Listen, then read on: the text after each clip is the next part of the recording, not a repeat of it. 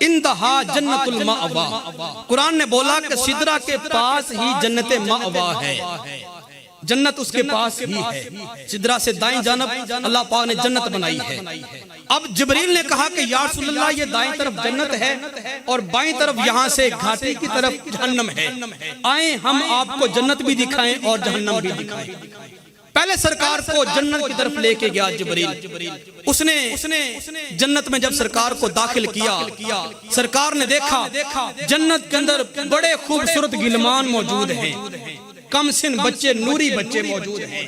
سرکار نے دیکھا جنت کے اندر بڑی خوبصورت حوریں چہل قدمی کر رہی ہیں، تخت لگے ہوئے ہیں اور تاج وہاں پہ موجود ہیں، انتظامات ہوئے ہیں، وہاں پہ جنتی زمین ہے اور نور کی زمین ہے، وہاں پہ مشروبات کی نہریں جاری ہیں۔ سرکار فرماتے ہیں مجھے 4 مشروبات میرے سامنے پیش کیے گئے، 4 پیالے پانی کے پیش کیے گئے مشروبات کے، ایک پیالے میں دودھ تھا، ایک میں شہد تھا، ایک میں پانی تھا۔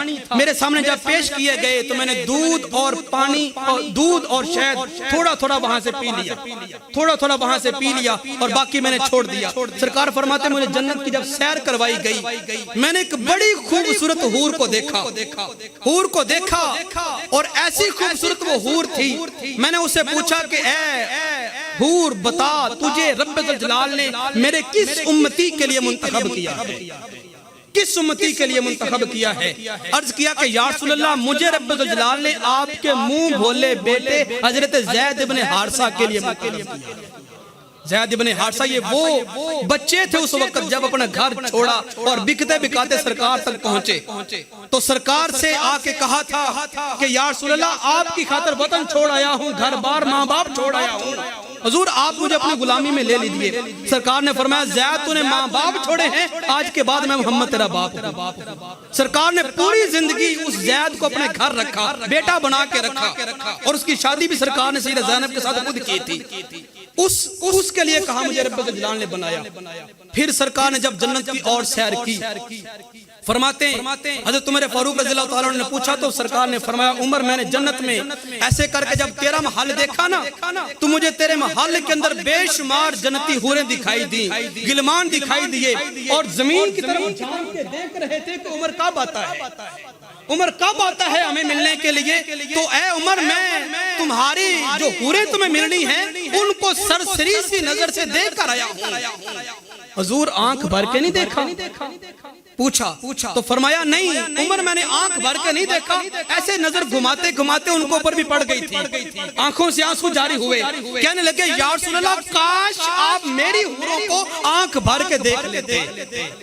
تو فرمایا عمر میں نے تیری غیرت کا لحاظ رکھا اور اس لیے نہیں دیکھا کہ تو کہتا کہ میری جو حوریں ہیں رب ذوالجلال کا تو اعلان اور قانون یہ ہے کہ ان کو پہلے کسی نے دیکھا کوئی نہیں، اور میری حوروں کو سرکار آپ نے پہلے سے دیکھ لیا، تو میں نے تیری غیرت کا لحاظ رکھتے ہوئے ان کو نہیں دیکھا۔ تو کہنے لگے یا رسول اللہ کاش آپ دیکھ لیتے۔ آج دنیا دار اپنے دوستوں میں میں سینہ تان کے کہتا اے صدیق بھائی، اے عثمان، اے علی تو بھی سن لے، جو حوریں تمہیں ملنی ہیں نہ جانے کیسی ہوں گی کیسی نہ ہوں گی، لیکن جو حوریں مجھے ملنی ہیں ان کو اوپر میرے مصطفیٰ کی پہلے سے نظر کرم ہو چکی ہے، کاش ان کو آپ دیکھ لیتے۔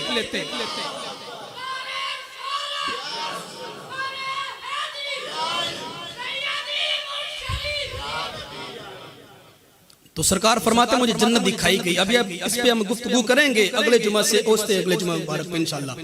تو فرماتے اس کے بعد مجھے جبریل جہنم کی طرف لے کے آیا، میں نے دیکھا جہنم کے اندر 70,000 دریا آگ کے بہ رہے ہیں، آگ کے بہ رہے ہیں، ان کی شائیں شائیں کر کے آواز ہے۔ تو میں نے ان کو دیکھا، مجھے جو سب سے اوپر والا بلائی حصہ تھا وہاں پہ جبریل لا کے کھڑا کرتا ہے۔ تو میں نے جب اس آگ کو دیکھا تو فرماتے میرا دل اندر سے دہل گیا، میں نے کہا کہ اے جبریل کیا یہ جس جگہ پہ لا کے مجھے کھڑا کیا ہے جہنم کا سب سے نچلا درجہ ہے، یہ اسفل السافلین ہے، یہ آخری درجہ ہے جہنم کا کہ اتنی تیز یہاں پہ آگ ہے؟ عرض کیا کہ نہیں یا رسول اللہ یہ نچلا نہیں، سب سے اوپر والا درجہ ہے۔ سب سے اوپر والا درجہ. تو پوچھا کہ جبریل اس درجے میں کن لوگوں کو رکھا جائے گا؟ عرض کیا کہ یا رسول اللہ اس درجے میں آپ کی امت کے گناہگاروں کو رکھا جائے گا، گناہگاروں کو رکھا جائے گا. عرض کیا مولا میری امت بڑی گناہگار ہے، معاف فرما دے. وہاں پہ بھی سرکار نے دعا مانگی اور جبریل نے کہا کہ یا رسول اللہ اس جگہ کی تپش اتنی زیادہ ہے، حرارت اتنی زیادہ ہے کہ آپ کا کوئی بھی امتی جب جہنم میں داخل کیا جائے گا نا تو اس کو صرف ٹخنوں سمیت آگ میں داخل کیا جائے گا. اس کے قدم صرف جہنم میں ہوں گے، اوپر والا بدن جو ہے وہ جہنم میں داخل نہیں کرے گا. رب جلال اس کا اوپر والا دھڑ جو ہے وہ جہنم کی آگ میں نہیں جائے گا اور قدم اس کے آگ میں ہوں گے، لیکن اس کی تپش اتنی ہوگی کہ اس کی حرارت کی وجہ سے انسان کے دماغ کو اس طرح ابلیں گے جس طرح دنیا میں کسی کی ہنڈیا جو ہو ابلتی ہے، چولہے پہ پڑی ہوئی ہنڈیا جس طرح ابلتی ہے. فرمایا اس تپش سے اس کا دماغ جو ابل رہا ہوگا.